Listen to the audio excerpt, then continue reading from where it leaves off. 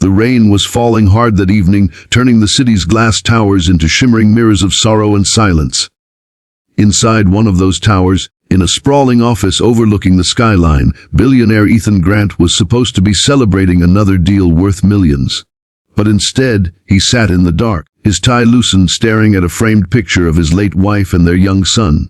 Her smile, warm, full of life, seemed to mock the emptiness that had swallowed his home since the day she was gone. Ethan had everything: wealth, power, respect, but his house had turned into a museum of loneliness. He barely went home before midnight, afraid of facing the quiet that echoed through its halls.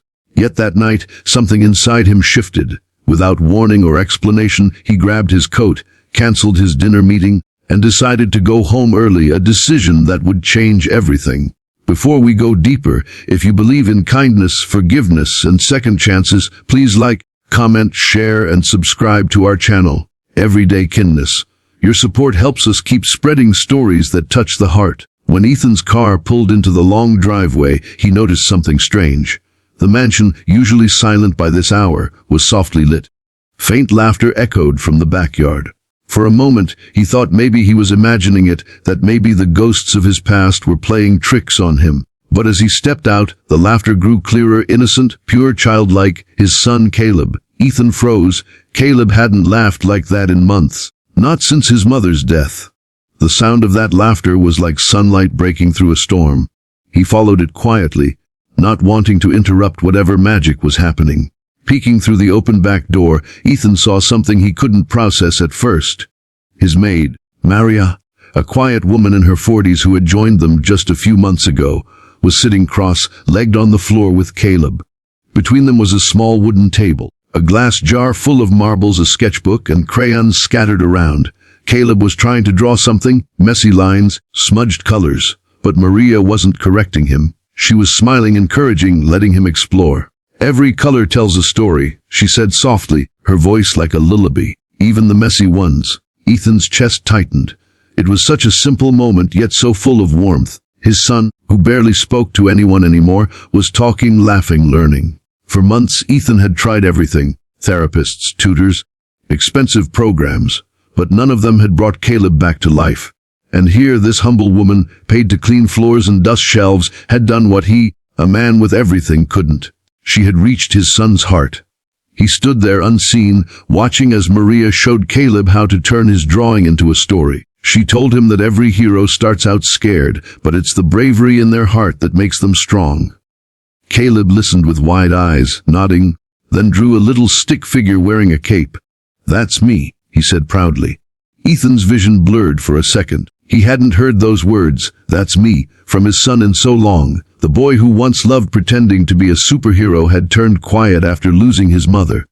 But now, here he was again, finding light in crayons and words, guided by the gentleness of a woman who expected nothing in return. Ethan didn't walk in right away. He couldn't. He just stood there, letting the moment sink in. The empire he had built suddenly felt meaningless compared to the laughter filling that room. His heart, hardened by years of boardroom battles, began to thaw. He thought of all the nights he'd stayed late at work, convincing himself it was for his family's future, never realizing he was sacrificing their present.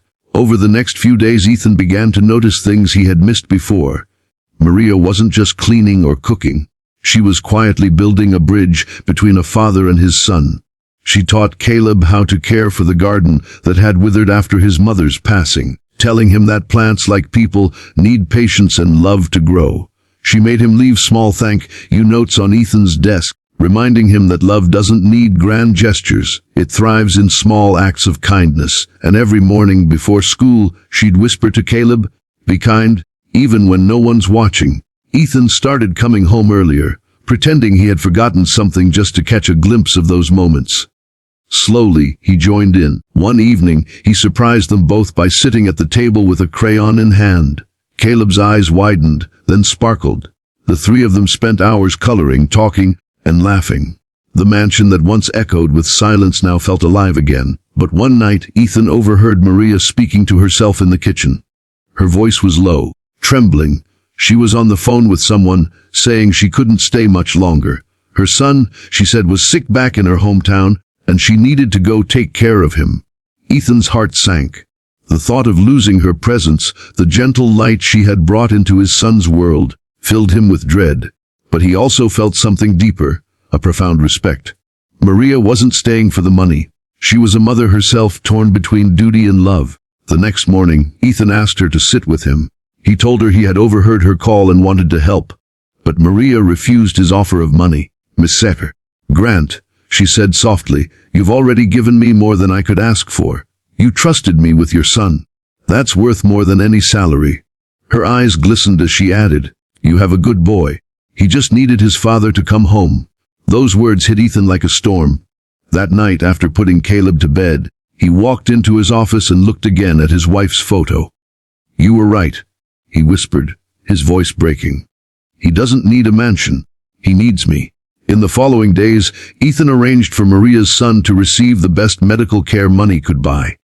He did it quietly, without telling her. When she found out, she wept, not from gratitude for the money, but because she realized the man she worked for had finally learned the one lesson she'd been teaching all along: that kindness is the greatest form of wealth. Months passed. Caleb grew stronger, happier, full of laughter again. The boy who once hid behind his grief now ran through the house with joy, sometimes calling Maria to tell her about his drawings and new garden plants. Ethan had become more than a successful man. He had become a present father, a man reborn through love and humility. And in quiet moments, when the house glowed with warmth and life, he often thought of that rainy evening when he came home early, when fate had given him a second chance to see what truly mattered. If this story touched your heart, please like, share, and subscribe to Everyday Kindness.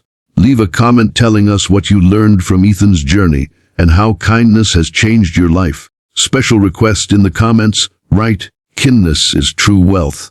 If you believe love and compassion are worth more than money,